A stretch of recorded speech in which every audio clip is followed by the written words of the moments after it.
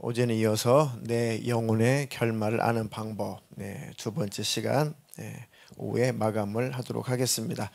오전에 대독해 주셨던 마태복음 19장 23절로 28절, 마태복음 19장 23절로 28절 본문을 대독하겠습니다. 예수께서 제자들에게 이르시되 내가 진실로 너희에게 이르노니 부자는 천국에 들어가기가 어려우니라. 다시 너희에게 말하노니 낙타가 바늘기로 들어가는 것이 부자가 하나님의 나라에 들어가는 것보다 쉬우니라 하시니 제자들이 듣고 몹시 놀라 이르되 그렇다면 누가 구원을 얻을 수 있으리이까.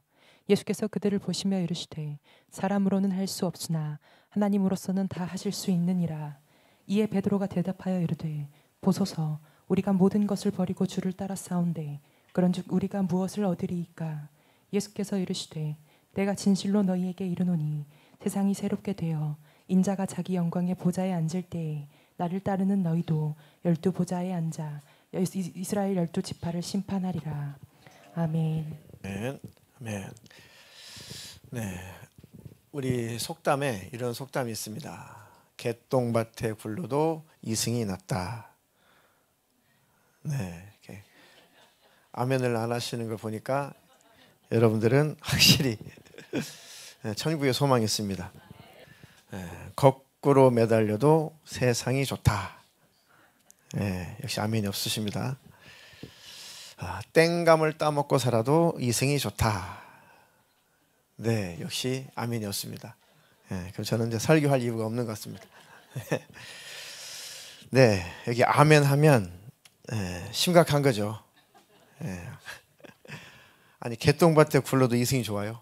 아우, 전 하루도 못 살, 한시도 못 살겠는데. 거꾸로 사람이 거꾸로 매달려봐요. 어떻게 물구나무 서서 삽니까? 그렇게 살아도 안 죽고 사는 게 좋다. 땡감 드셔보세요. 땡감? 땡감이 뭡니까? 아직 익지도 않은 짧은 감, 아주 짧은 감 있죠. 짧은 감 하나 먹고 거시기 싸보세요. 거시기 안 나오죠. 또 크게 웃으시면 경험자인데. 시골에 이게 저희 때만 해도 그렇게 뭐 구멍가게도 없고 뭐 없으니까 감이 빨리 익길 바라는데 그게 감이 빨리 익어주질 않죠. 그리고 저희 때는 단감 이런 거는 뭐 한 동네 한 그루나 있었을까요? 거의 없었거든요. 그러니까 이제 홍시가 될 때까지는 서리가 와야 되는데 못 기다리죠. 그러니까 집집마다 이제 아이들이 그냥 이 주황색 이 감을 그냥 떨지만 또 달달하니까 그냥 배고프니까 군것질 할 것이라 그래서 먹습니다. 아이고, 그러면 아침마다 학교는 가야 되는데 이제 난립니다. 이제 그 화장실에서 안 나와가지고 아무개야 전고떼기 갖고 와. 이 변비 걸려가지고 땡감 먹으면은 이제 거시기 안 나오니까 이제 변비에 시달리죠. 그러니까 한참을 화장실에 있습니다. 좋은 말로 화장실이죠. 이제 치간 뭐 이런 거. 그러면 동네별 아침이면 애들이 막 소리 지릅니다. 그 종이 가져오려고 이제 종이 신문지 이런 거. 혜령아 전고떼기 갖고 와. 왜 오빠 똥꼬 닦게. 마을마다 여기저기에서 그렇습니다. 아이고, 그 땡감을 먹고 살아도 이승이 좋다. 네, 한시도 살고 싶지 않죠. 근데 예수 안 믿는 사람들은 그렇게라도 일단은 목숨을 부지하고 살아야 합니다. 복음을 듣고 구원받을 때까지. 그렇죠? 예수 믿고 구원받은 우리는 한시도 그런 삶을 살고 싶지 않지만 예수 안 믿고 구원받지 못한 사람은 그렇게라도 일단 살고 있어야 됩니다. 그래야 어느 때 구원을 받을 수 있으니까요. 그렇게 고통스러워도 살아야겠다라는 영혼의 맺힘인 것 같아요. 나 이대로 죽으면 지옥이야. 개똥밭에 굴른 것하고 지옥의 고통은 비교가 안 돼. 거꾸로 매달리는 고통과 지옥의 고통은 비교가 안 돼. 땡감 먹고 변비로 시달리는 것보다 그게 나아, 지옥의 고통에 비하면은. 그러니까 이렇게라도 살아야지. 바꿔 생각해 보니까 예수 안 믿는 사람들은 그렇게도 살아야 돼요. 왜요? 지옥 가면 이 고통과는 비교가 안 되니까. 참 슬픈 저겁니다. 속담입니다. 그런데 우리는 이 단계를, 우리는 이런 신세를 모면했다. 자, 삶에 만족이 없는 이유, 삶이 여전히 공허한 이유는 뭘까요? 삶에 만족이 없다. 쉽게 생각하세요. 너무 어렵게 생각하지 마세요. 네? 욕심이 많아서. 맞아요. 욕심이 많아. 그러면 삶에 만족이 없죠. 맞습니다. 그러니까 만족할 수 없어요. 세상의 것은. 욕심을 부려도 만족이 안 돼요. 만족이 안 되는데 그것으로 만족할 수 없는 것으로 만족을 해보려고 하니까 당연히 만족이 없죠. 너무 쉬운 논리인데 쉽게 대답을 잘했습니다. 공허한 이유도 뭡니까? 세상 것을 아무리 채워보려고 해도 채워지지가 않아요. 그러니까 공허한 것을 쫓으면서 왜 공허하지? 만족할 수 없는 것을 쫓으면서 왜 만족이 없지? 그러니까 성경이 하나님의 말씀으로 가르쳐 주잖아요. 예수님으로 채우라고. 천국 소망으로 채우라고. 그런데 그 천국으로 예수님으로 채우는 것은 싫고 세상 것으로는 만족을 하고 싶고 그게 만족이 안 되고 예수님으로 천국으로 공허함을 채우기는 싫고 세상 것으로 공허함을 채우고 싶고 그러니까 무한 반복, 무한적으로 되질 않는 겁니다. 우리는 그 어리석은 삶에서 우리는 벗어나서 예수로 천국으로 그 공허함을 채우시기를 주님의 이름으로 축복합니다. 그래서 순종한다는 것은 다른 표현으로 하나님께서 2번 말씀하시지 않게 하자. 이게 순종입니다. 하나님이 2번 말씀하시지 않게 해야겠다. 그 정신으로 살기를 주님의 이름으로 축복합니다. 전도서에 보니까 한 남자가 있습니다. 전도서에 보니까 한 남자가 있어요. 자식도 없어, 형제도 없이 혼자 살아요. 그리고 열심히 쉬지도 않고 열심히 일만 합니다. 그래서 돈을, 재산을 많이 모았어요. 그런데 만족이 안 돼요. 눈에도 차지 않고 난 이렇게 열심히 일하고 돈을 많이 벌었는데 어찌 이렇게 즐기지도 못하고 사는가? 도대체 나는 누구 때문에 이 수고를 했단 말인가? 다 부질없는 거구나. 그렇게 인생을 허탈하게 마감하는 남자가 있었다는 거죠. 전도서 4장 8절입니다. 읽겠습니다. 한 남자가 있다. 자식도 형제도 없이 혼자 산다. 그러나 그는 쉬지도 않고 일만 하며 산다. 그렇게 해서 모은 재산도 그의 눈에는 차지 않는다. 그러면서도 그는 가끔 어찌하여 나는 즐기지도 못하고 사는가? 도대체 내가 누구 때문에 이 수고를 하는가 하고 말하니 그의 수고도 헛되고 부질없는 일이다. 세상에 이렇게 불쌍한 남자가 어디 있습니까? 그죠? 전도서에 기록된 이 불쌍한 남자. 근데 전도서에 기록한 이 남자가 우리 주위에 심심치 않게 발견된다는 것이죠. 이게 막 모으기만 하고 수집만 하고 메리아스 하나 새 거 못 꺼내서 입고 죽은 사람. 실제 그런 사람 봤습니다. 그냥 구멍 뚫린 그런 메리아스 그냥 빨랫줄에다가 막 주렁주렁 널어놓고 그거 마르면 그거 입고. 그런데 서랍에는 새 메리아스가 쌓여 있어요. 아주 추시한 그 외투를 빨아서 입고 또 입고. 그런데 새 외투는 옷장에 몇 벌씩 뜯지도 않은, 택을 뜯지도 않는 외투가 몇 벌씩 걸려 있습니다. 통장에는 충분히 잔고가 있어요. 근데 여기저기 돌아다니면서 그냥 얻어먹기 좋아해요. 그래 한 푼 못 쓰고 죽었어요. 어느 날 방에 손자 죽었어요. 참 그런 사람들이 정신질환이죠. 정신병의 일종인데 갈수록 그렇게 허탈하게 허무하게 사는 사람들이 늘어나는 것 같습니다. 현대인들 중에 더 그런 것 같아요. 참 그들이 예수를 만났더라면 얼마나 좋았을까. 근데 기독교인들 중에서도 심지어는 대형교회 목회자들 중에서도 꼭 이런 정신병을 앓고 사는 사람이 여전히 지금 현실이 있다는 거 너무너무 불쌍하고 너무너무 가련하죠. 그러니까 다른 것보다도 우리 안에는 꼭 예수가 있어야겠구나. 정말 정신이 병들지 않으려면 꼭 예수님 모시고 살아야겠구나. 공허한 인생, 헛된 인생 살지 않으려면 꼭 하나님과 함께 뜻을 같이 하겠구나. 자, 그래서 내 영혼의 결말을 아는 방법은 또 오전에 했던 것 이어서 오후에는 예수님으로 내가 자족할 수 있는 거예요. 예수님으로 내가 만족할 수 있는 거예요. 예수님 믿어. 평안이 없다. 평강이 없다. 참. 예수님 믿어. 기쁨도 없어. 예수님 믿어. 즐거움도 없어. 안 믿는 거죠. 예수님이 안에 계시면 그럴 수 없습니다. 돈이 많고 적고를 떠나서 예수님 내 안에 계시면 반드시 평강의 열매가 있어야 됩니다. 가난하게 살아도 예수님 모시고 살면 자족할 수 있어야 됩니다. 그 열매가 반드시 있게 되어 있습니다. 근데 예수님 모시고 사는데 늘 공허해. 너무 힘들어. 그리고 늘 우울해. 그리고 살 의미가 없어. 왜 사는지도 모르겠어. 그건 열심히 다녀. 예수님 믿는다고 해. 그래도 마음속에 행복이 없다. 그럼 예수님 밖에 있는 거예요. 예수님 계시는데 절대 그럴 수는 없다. 예수님 모시고 사는데도 그렇다면 예수 뭘라고 믿습니까? 물론 천국 갈로 믿긴 하지만, 그죠? 그 예수를 믿는 증거가 될 수가 없는 거죠.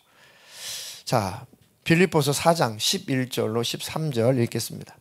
내가 궁핍함으로 말하는 것이 아니니라. 어떠한 형편에든지 나는 자족하기를 배웠노니 나는 비천에 처할 줄도 알고 풍부에 처할 줄도 알아. 모든 일 곧 배부름과 배고픔과 풍부와 궁핍에도 처할 줄 아는 일체의 비결을 배웠노라. 내게 능력 주시는 자 안에서 내가 모든 것을 할 수 있느니라. 이런 고백을 저나 여러분들이나 자신 있게 할 수 있어야 됩니다. 내가 궁핍함으로 뭘 달라는 것이 아니라 지금 사도 바울이 하는 말이에요. 어떠한 형편에든지 나는 자족하기를 배웠다. 비천에 처할 줄도 알고 풍부에 처할 줄도 알아. 모든 일 곧 배부름과 배고픔과 풍부와 궁핍에도 처할 줄 아는 바로 일체의 비결을 배웠다. 그 일체의 비결이 뭡니까? 그 비결이 뭐죠? 네? 그렇죠. 예수님으로 채우는 거죠. 예수님 모시고 살면 그런 것들이 불편하긴 하지만, 가난한 것이 불편하긴 하지만 불행하진 않다. 불편한 것과 불행한 것은 다릅니다. 돈 많은 부자들 얼마나 불행하게 살아갑니까? 그렇죠.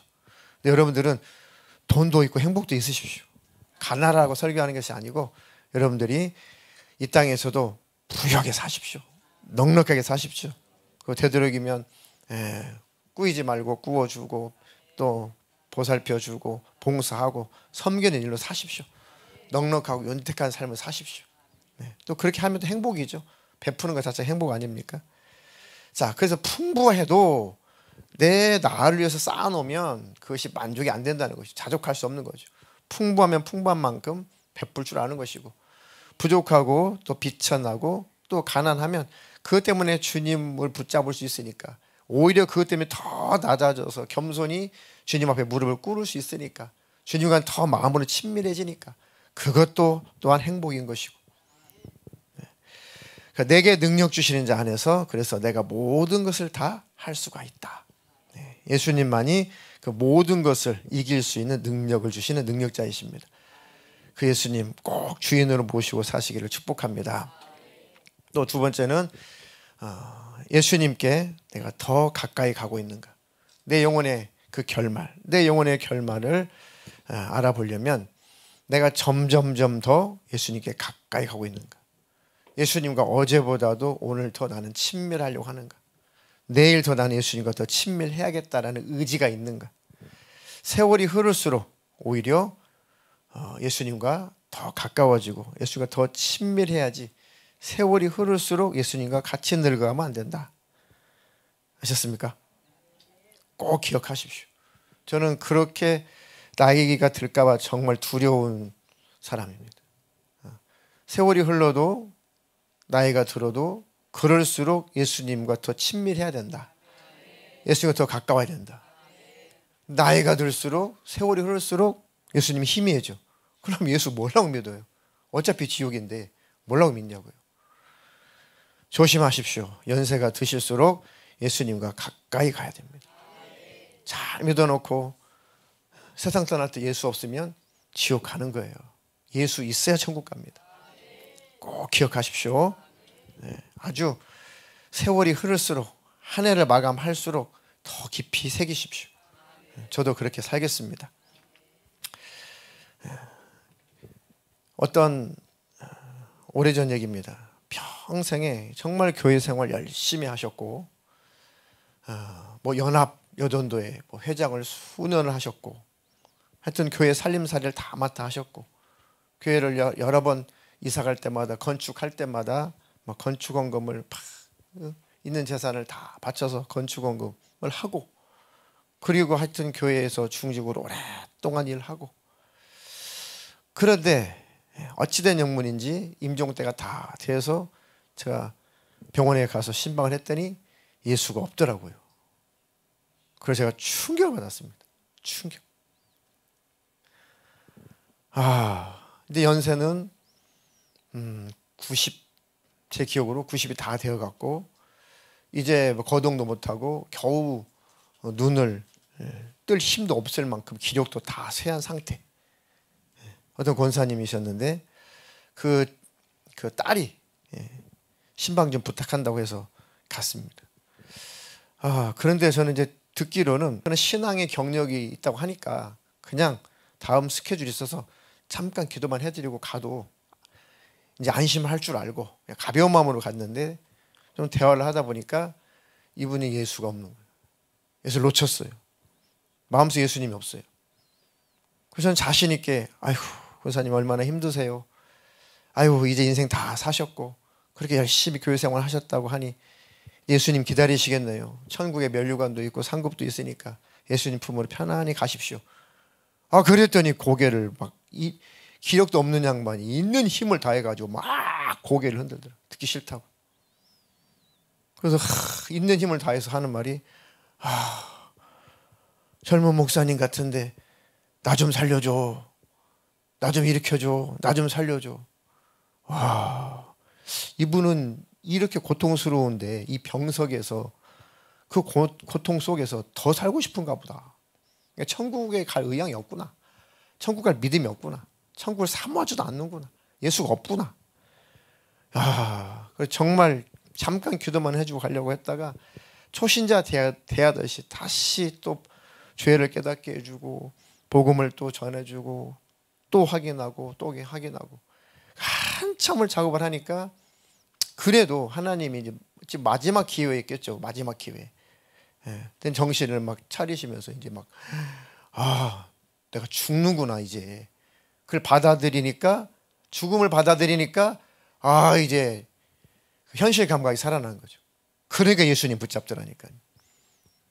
그래서 유가족들 가운데 예수 안 믿는 유가족이나 믿음이 시원찮은 유가족들은 그런 상황이면 다 제가 밖으로 나가 있으라고 합니다. 왜 우리 어머니 힘들게 해요?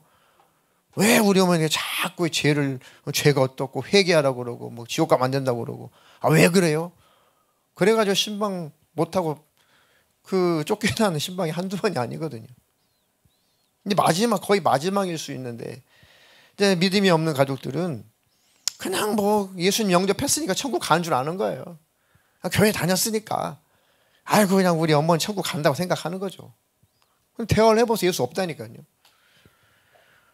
우리는 행위로 천국 가는 것은 아니지만 예수가 있어야 천국 가는 겁니다. 그럼 예수가 없으니 어떻게 천국 가냐고요. 은혜가 없는데 기억이 십자가의 보혈의 공로가 기억도 지금 사라져 버렸는데 뭘 붙들고 천국 가겠냐고요. 천국문 어떻게 열고 가냐고요. 안 되죠. 그럴 때는 가족들을 다 밖으로 이렇게 쫓아냅니다. 그리고 노골적으로 얘기를 하죠. 이제 할아버지는 의사가 그러는데 이제 돌아가신대요. 귀에다 대고 이렇게 노골적으로 하죠. 그럼 뭐 듣기 싫다 뭐 이렇게 버티다가도 결국은 죽음 앞에 딱 포기하는 분들이 그래도 좀 있습니다. 끝까지 버티다가 세상 떠나신 분도 계셨지만 그래도 과거에 성령 받고 했던 분들은 하나님 참 그렇게 해도 기회를 주시더라고요. 그렇게 기회를 주시는 것이 정신을 차리면서 이제 예수님을 찾아요. 그리고 구원해달라 그러고, 그리고 잘못했다고 하고, 지난날 잘못 산 거 시인하고, 예수님 나 용서해 주세요. 예수님 나 꼭 천국 가게 해주세요. 그러면서 얼굴이 평안해지면서 안심을 하고, 이제 저 천국에 가고 싶습니다. 그런 확답이라도 받고 떠나면 참 마음이 그래도 편안한데, 그렇게 시인을 받지 못하고 이제 시간이 되어서 그 자리를 떠나야 된다면 그 영혼이 어떻게 됐는지 알 길이 없으니까, 참 하나님께 결말은 하나님 아시니까 그냥 지나가는 그런 일들이 많죠. 그렇게 위험천만하게 신앙생활을 할 필요 없죠. 우리는 확실하게 예수님과 동행하며 살면 언제 죽음이 닥쳐와도 그 나라에 들어가는 겁니다. 꼭 기억하십시오.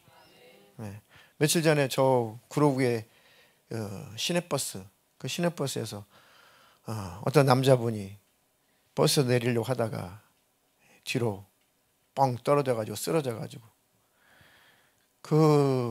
바로 응급조치하지 않았으면 바로 세상 떠났을 텐데, 하여튼 뭐 승객, 그다음에 기사, 그리고 막 119, 그 근처에서 수차렸던 뭐 경찰관 3분 안에 그 조치를 해가지고 그 환자를 이렇게 심정지 상태에서 살려내가지고 응급차 타고 병원에 가서 다시 이렇게 살려낸 그런 사건이 있었습니다.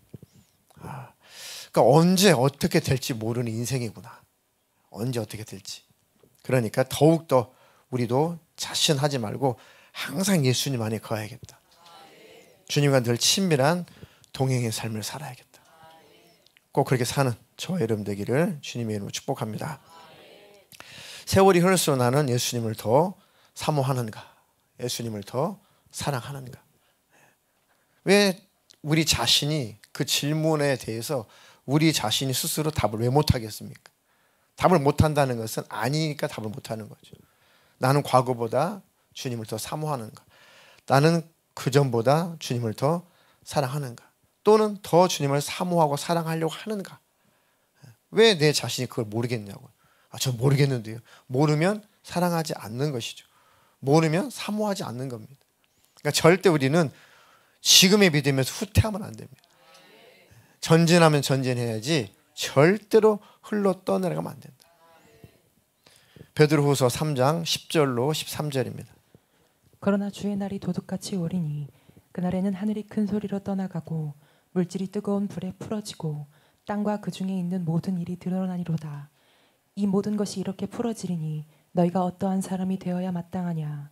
거룩한 행실과 경건함으로 하나님의 날이 임하기를 바라보고 간절히 사모하라. 그날에 하늘이 불에 타서 풀어지고 물질이 뜨거운 불에 녹아지려니와 우리는 그의 약속대로 의가 있는 곳인 새 하늘과 새 땅을 바라보도다. 아멘. 주의 날이 도둑같이 오리니. 근데 안 믿잖아요. 주님의 날이 도둑같이 온다. 설마 이렇게 살아가잖아요. 그 날에는 하늘이 큰 소리로 떠나가고 물질이 뜨거운 불에 풀어지고 땅과 그 중에 있는 모든 일이 드러나리로다. 이 모든 것이 이렇게 풀어지리니 너희가 어떠한 사람이 되어야 마땅하냐. 거룩한 행실과 경건함으로 하나님의 날이 임하기를 바라보고 간절히 사모하라. 그날에 하늘이 불에 타서 풀어지고 물질이 뜨거운 불에 녹아서 사라진다. 근데 실감을 하지 않고 살죠. 우리는 그 약속대로 의가 있는 곳인 새하늘과 새 땅을 바라보도다. 아멘이십니까? 네. 바라보시는 분들은 언제 예수님이 도둑같이 오실지라도 아무런 문제가 안 되는데, 그게 사모하지 않는 분들은 주님이 도둑까지 오실 때 남겨진다는 것이 문제죠. 남겨진다는 거 꼭 기억하십시오.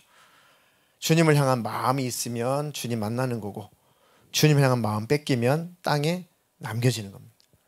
예수님은 자기의 신부를 데리러 오는 겁니다. 데리러 오시는 거죠. 꼭 기억하십시오. 자, 나는 정말 그러면 올바로 가고 있냐? 나의 신앙생활은 올바르냐? 나는 올바른 노선으로 가고 있냐? 이 길로 가면 내 영혼의 목적지는 천국이냐? 내 영혼의 목적지에 도달하냐? 우리가 불필요한 이 종교적인 껍데기를 버리자는 것이지 마음에서 예수님을 멀리하라는 건 아닙니다. 여러 번 강조했지만 우리 교인들 중에 이거 오해하시는 분이 계십니다. 주일은 주일이지 구약의 안식일이 아니다. 식당 가서 밥 먹고 카페 가서 차 한잔 마시는 것, 이게 죄가 되는 게 아니다. 이런 종교적인 껍데기를 버리자는 것이지 마음에서 예수님과 멀어지라는 게 아닙니다. 구약의 율법적인 절기니 이런 것들, 뭐 제사법, 의복법, 먹는 법, 이런 것들을 철폐하고 이런 껍데기들은 예수님이 다 십자가에서 치워버렸으니까 이런 것들을 버리자는 것이지 예수님과 친밀도를 친밀도를 버리라는 게 아니라는 것이죠. 근데 너무 이런 것들을 오해하시는 분들이 계시다는 거죠. 제가 볼 때 마음에서 결코 예수님과 멀어지라는 것이 아닙니다. 오히려 과거에 쓸모없는 이 종교적인 열심, 뭐 오늘 토요일 밤 12시다. 이제부터는 아무것도 못 사. 주일 밤 12시 01초가 됐네. 이제는 아무것도 다 사도 돼. 그렇게 종교적인 쓸모없는 종교적인 그 열심을 낼 때는 자기 의가 대단했다고요. 나는 최소한도 주일을 안식일 좀 철저히 지켰어. 난 주일날 일한 적도 없고 밥 한번 사 먹은 적도 없어. 난 주일날 되도록이면 택시도 안 타고 되도록 걸어간다니까. 그게 제일 대단한 자기 의가 돼요. 그게 대가 돼요. 나는 절기 때만 되면 하여튼 뭐 아주 이 현금 서비스를 받아가지고 나는 헌금했다니까. 이게 뭐가 돼요? 자기 의가 된다고요.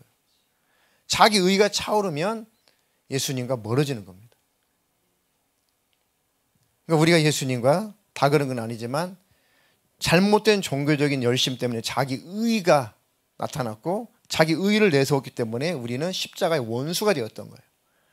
십자가의 원수는 천국에 못 가는 거죠. 저는 그것을 바로잡으려고 아주 열심히 애를 썼습니다. 그게 아니다. 우리가 하나님께 드릴 의는 없다. 예수님의 의밖에 없다. 이것을 강조하다 보니 불필요한 종교적인 행위를 다 철폐하고 아주 과격하게 표현하면서 다 그거는 필요 없다고 했습니다. 그랬더니 주님과 가까이 가는 것도 멈춰버렸어요. 죄를 끊는 것도 마음의 죄, 겉으로 열심을 내는 것, 종교적인 잘못된 열심, 이거 아니에요. 그랬더니 진짜 하나님 앞에 열심을 내는 열심도 사라지고 주님 앞에 해야 될 도리도 사라지고 봉사하는 거 섬기는 것도 사라지고 주님과 더 마음으로 가까워져야지, 그러니까 더 친밀해야지, 이것도 사라지고. 그러니까 원래 없었던 건데 그것을 도전하지 않더라고요. 자, 그러니까 잘못된 종교적인 행위를 해체를 시켜놨어요. 이렇게 옷을 다 벗겨놨습니다. 종교적인 껍데기를 좀 벗겨놨어요. 그러고 보니까 아무것도 없는 거죠. 나는 내 의의 옷을 입고 대단한 줄 알았어요. 나는 말이야 진짜 하여튼 뭐 사도 바울이 자기는 뭐 율법으로 흠이 없다고 했지만 그 정도는 아니지만 그래도 난 노력했거든. 내가 의의 옷을 입었다고요. 근데 그 의의 옷을 그 행위에 의해 옷을 입어도 천국 못 간다는 것을 깨달은 거죠. 그래가지고 이 옷을 하나하나씩 다 벗었어요. 이거 아니구나. 이 옷 입고 내 의의 옷을 입고 천국 가는 게 아니고 하나님 주신 의의 옷, 예수님 옷 입고 가는 거구나. 세마포 입고 가는 거구나. 그래? 그럼 빨리 그 누더기 옷을 벗어버려야지. 내 의의 옷을 벗어야지. 다 벗으니까 결국 아무것도 없어요. 알몸밖에 없어요. 그러면 그 알몸을 가려주시는 분은 예수란 말이죠. 그런 예수님으로부터 신령한 옷을 얻기 위해서는 예수님께 가까이 가야 되는 겁니다. 근데 벌거벗은 채로 멈춰 있는 거죠. 벌거벗은 채로 부끄러운 모습 그대로, 아이고 그게 안 해도 된대, 이런 거 안 해도 된대, 이런 거 안 입어도 된대. 수치스러운 하나님 앞에서 마음이 수치스러운 모습으로 하나님 앞에 벌거벗은 모습을 있는 상태, 그것을 제가 주장하는 것이 아닙니다. 그것을 가르쳤던 게 아니고 종교적인 열심의 의로 천국 갈 수가 없는 것이고 예수님의 십자가의 의를 힘입어서 천국 가는 겁니다. 그러니 그 예수님을 가까이 하십시오. 그 예수님 놓치면 지옥 갑니다. 그 예수님과 가까이 하십시오. 했는데 그 열심은 안 내더라는 거죠. 그 열심은 다 됐습니다. 다 알았습니다. 그러고 말더라는 거죠. 그렇게 세월이 흐르고 그렇게 심령이 굳어지면 절대로 영혼의 보장이 없습니다. 잘못된 옷을 벗었으면 새 옷을 입으십시오. 예수님께 세마포 달라고 입으십시오. 세마포 입은 자만, 예복을 입은 자만 그 천국에 들어가는 겁니다. 그래서 그렇게 예수님과 친밀함, 예수님과 동행, 제가 온전하다는 것이 아니라 그래도 가르칠 것은 가르쳐야 되니까, 외칠 것은 외쳐야 되니까 제가 가르치고 외치는 겁니다. 저도 그 방향으로 가고 싶어서 그러는 거죠. 제가 온전하다는 것이 아니라. 그러니까 설교를 듣고 예수님과 마음으로 더 가까워지려고 하십시오. 늘 점검하십시오. 나는 잘 가고 있냐? 나는 정말 예수님과 더 가까워지고 있냐? 세월이 흐를수록 예수님 더 사랑스럽냐? 천국은 정말 가고 싶으냐? 자기 자신에 대해서 물어보고 답을 찾으라는 겁니다. 답할 수 없으면 없는 거예요. 답할 수 없으면 없는 겁니다. 안에 있으면 답이 나오는 거예요. 예수님 있으면 열매가 있는 것입니다. 꼭 기억하십시오. 네. 예수님께 가까이 가는 길, 나는 잘 가고 있는가? 네. 내 영혼이 가는 길, 잘 가고 있는 그 방향을 어떻게, 내 영혼의 길의 나침판은 뭘까? 내 영혼이 가는 길에 그 방향을 잘 잡을 수 있도록 그 방향을 잘 알려주는 그 나침판은 뭘까? 그게 바로 십자가입니다. 십자가. 나는 지금 십자가 앞에 가고 있냐? 내 앞에 내가 가고 있는 그 방향이 지금 십자가의 길이냐? 그게 나침판이라니까요. 나는 십자가를 향해서 더 가까이 가고 있냐? 십자가를 향해서 가까이 간다는 게 뭡니까? 십자가 앞에 가까이 간다는 것은 나를 계속 부인해 간다는 겁니다. 내 고집, 내 아집, 내 뻣뻣함, 이런 것들을 다 내려놓고 내 자아를 부정하는 것이 십자가 앞에 가는 거예요. 주님이 자기 자신을 다 내려놓고 십자가에서 피 흘려 죽으셨잖아요. 그 십자가 앞에 우리도 계속 가까이 가는 겁니다. 십자가 앞에 가까이 가는 것은 계속해서 나를 부정하고 나를 부인하는 삶을 말하는 것이죠. 그 방향으로 가고 있으면 잘 가고 있는 것입니다. 늘 십자가에 내 삶을, 내 자신을, 정욕을 못 박는 삶을 늘 하고 있냐? 꼭 기억하십시오. 내 영혼이 잘 가고 있나? 그 방향을 잘 가르쳐 주는 것은, 그 나침판은 십자가다. 그런데 분명히 십자가는 보여요. 십자가를 향해는 있습니다. 내 얼굴은 십자가를 향해 있습니다. 십자가를 향해 있습니다. 근데 발걸음은 뒷걸음질이 솟고 있는 겁니다. 십자가 보이거든요. 희미하지만 보여요. 그러다가 어느새 십자가가 완전히 사라질 겁니다. 그렇게 속는 거예요. 마귀 역사가. 저는 십자가를 보고 있는데요. 지금 십자가를 보고 살고 있는데요. 십자가 앞으로 가는 게 아니고 자기 고집, 아집, 이거 깨부시는 게 십자가 앞에 가는 것인데, 자기 고집, 아집으로 십자가를 밀어내는 겁니다. 그리고 뒤로 가는 거예요. 근데 방향은 십자가니까 지금 믿는 줄 아는 거예요. 방향이 천국이니까 천국 가는 줄 아는 거죠. 근데 지금 방향은 맞는데 일치하는데 일직선에 있는데 자기는 뒷걸음질하고 있는 거죠. 그 십자가 완전히 마음속에서 심해지면, 돌아오지 못하면 멸망인 겁니다. 그러니까 세상, 내 안에 십자가 은혜, 그것을 희미하게 만드는 것을 빨리빨리 도려내라는 겁니다. 모든 대가를 다 치르고라도, 어떤 희생을 치르고라도 내 마음을 잘 유지하라는 겁니다. 어떤 상황 속에서도. 제가 남자살 그 대신방 때 참 신앙생활 하기에 너무 불리하십니다. 그랬어요. 불리하다. 물론 이제 맞벌이 하신 분도 계시겠지만, 아니 아침부터 가서 일해야죠. 또 피곤하니까 쉬어야죠. 또 일해야죠. 그러니까 기도를 해야 되는데 기도할 에너지가 없네. 예배 가고 싶은데 마음같이 안 되네. 얼마나 신앙생활이 불리합니까? 그죠? 직장생활 안 하시는 분들보다 얼마나 불리하냐고요. 불리하죠. 그러니까 더 10분을 기도해도 집중하라고 했습니다. 그러니까 수요일이든 금요일이든 주일 오후든, 그래서 기도 시간을 충분히 뭐 30분, 40분씩 만들어 놓잖아요. 수요일, 금요일, 주일 오후도 그런 분들을 위해서 기도 시간을 충분히 할애를 해 놓잖아요. 그 시간만 정말 집중해서 기도해도 잘 지킬 수 있습니다. 그러면 특신 기도를 따로 안 해도 된다고 했잖아요. 그게 또 회복이 되려고 특신 기도를 만들어서 다시 또 이룩해 보자고, 힘내자고, 다시 궤도에 올라오고 보자고 특신 기도도 만드는 거고, 잘 자기 그 궤도에서 잘 신앙생활 유지하시는 분들은 뭐 특신 기도는 다 필요 없어요. 평소에 하시는 분들은. 안 되는 분 때문에 하는 겁니다. 종교적인 열심 때문에 특신 기도 그런 거 만드는 게 아니고, 여러분들이 영혼 때문에 그런 걸 만드는 겁니다. 그러니까 기도 생활, 예배 생활, 시간이 없어서 직장 생활 때 참 힘드신 분들일수록 짧은 시간 기도해도 집중하라는 겁니다. 주일날 딱 한 번 예배 나올 수밖에 없는 환경이다. 그러면 그 하루만큼이라도 집중해서 한 주를 살아갈 에너지를 공급받자는 것이죠.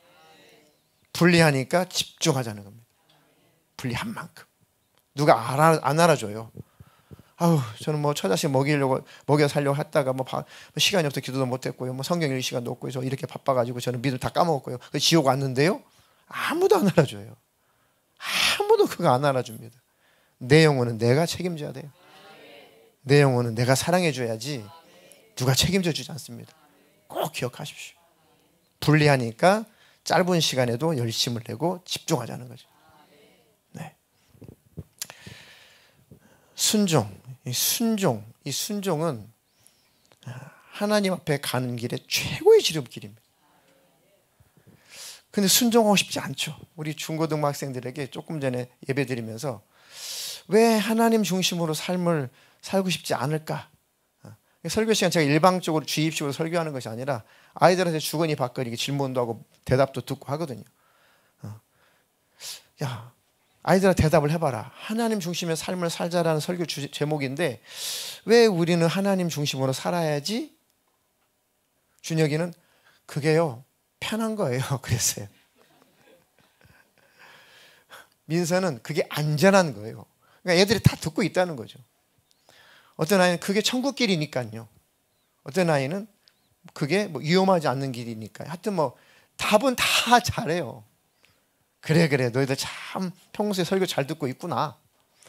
그런데 왜 하나님 중심으로 살고 싶어 하지 않지?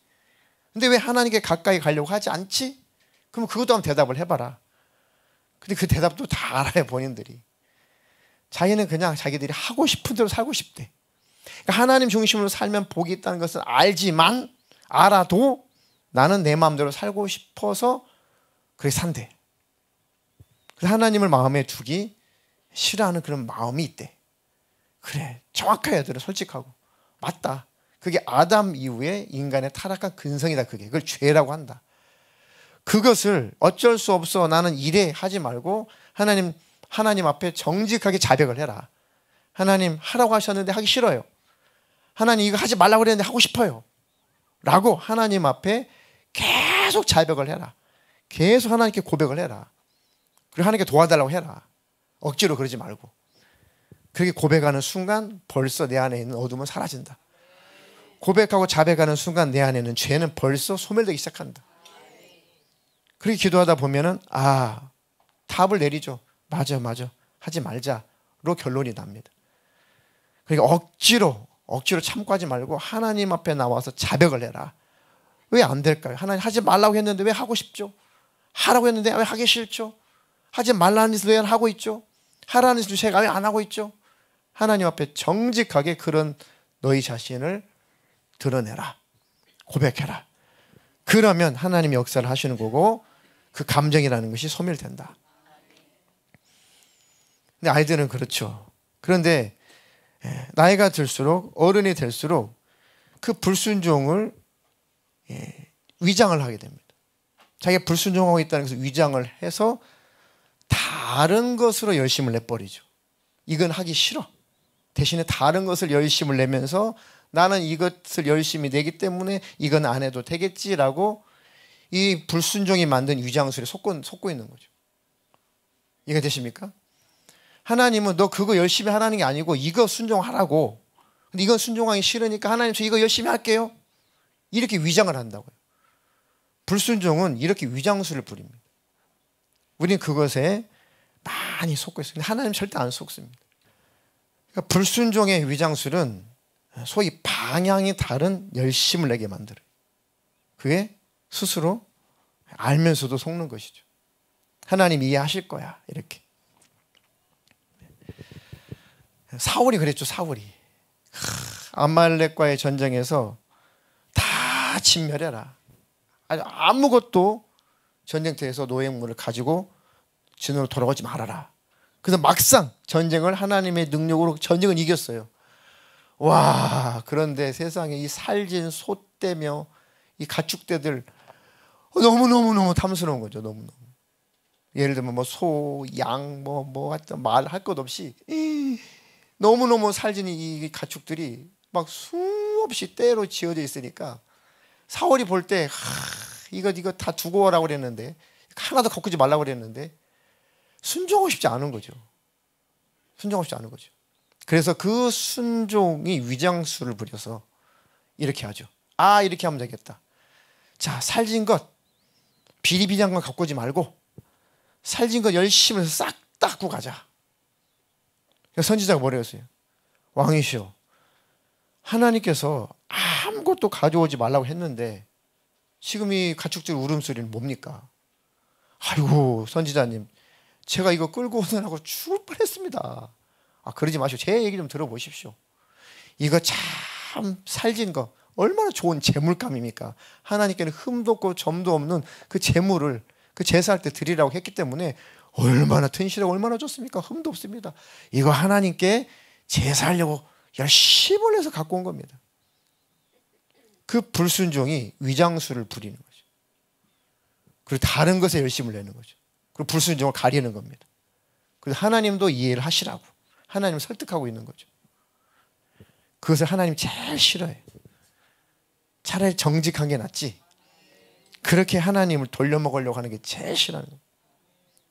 선지자의 말을 듣고 하나님께 무릎을 꿇어야 맞죠. 맞습니다. 제가 또 욕심에 미혹됐습니다. 욕심 부려서 제가 이렇게 됐습니다. 정말 큰 죄를 범했습니다. 지금이라도 내가 다 돌려보낼 것이고 다 진멸할 것이고 하나님 앞에 속죄죄로 내가 하나님 앞에 회개를 하겠습니다. 했으면 사울이 그 이후에 어떻게 하나님께서 또 더 연장을 시켜줬을지 모르겠습니다.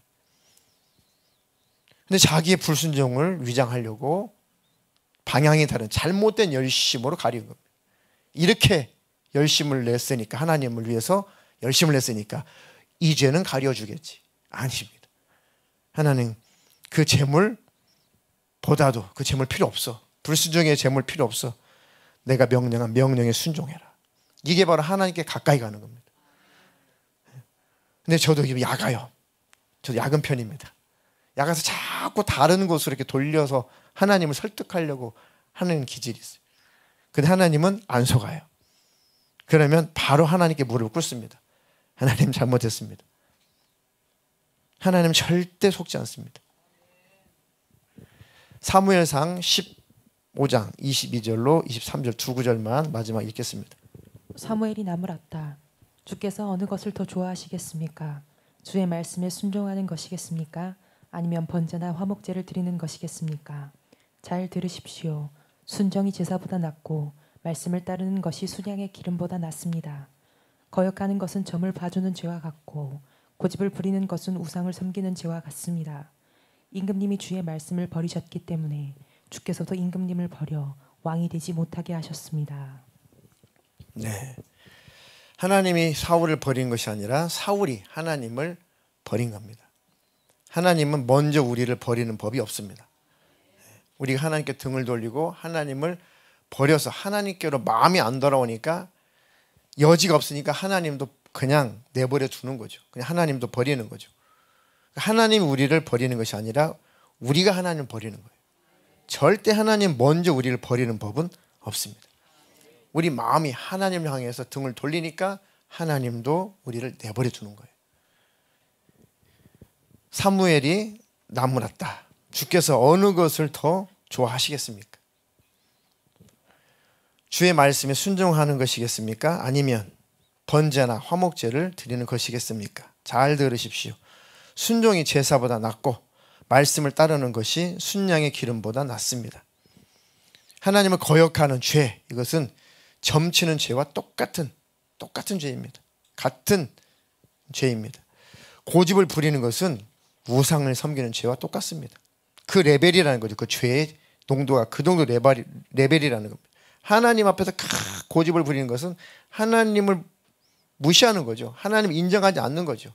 하나님 인정하지 않는 것은 다른 신을 섬기는 거죠. 하나님보다 저는 이게 더 좋아요. 그럼 그게 우상인 거죠. 그래서 고집 부리는 것은 우상 섬기는 죄라는 거죠. 임금님이 주의 말씀을 버렸기 때문에 주께서도 임금님을 버려 왕이 되지 못하게 하셨습니다. 구약이라고요? 아니요. 이 원리는 구약이나 신약이나 똑같아요. 지금도 그대로 적용됩니다. 구약의 거추장수는 먹는 법, 제사법, 의법법 이것들을 하나님께서 치우라는 것이지 신앙생활의 원리를 치우신 것은 아니라는 거. 그래서 여전히 구약도 유효하다는 거 꼭 기억하시면서 하나님과 더 가까워지고 친밀한 삶을 사십시오. 예수로 자족할 수 없다면 예수 밖에 있는 겁니다. 그럼 빨리 예수 안에 회개하고 들어오십시오. 그럼 다시 그 길을 또 가게 될 것입니다. 저나 여러분들이나 끝까지 승리하시고 우리의 영혼의 결말은 영생이기를 축복합니다.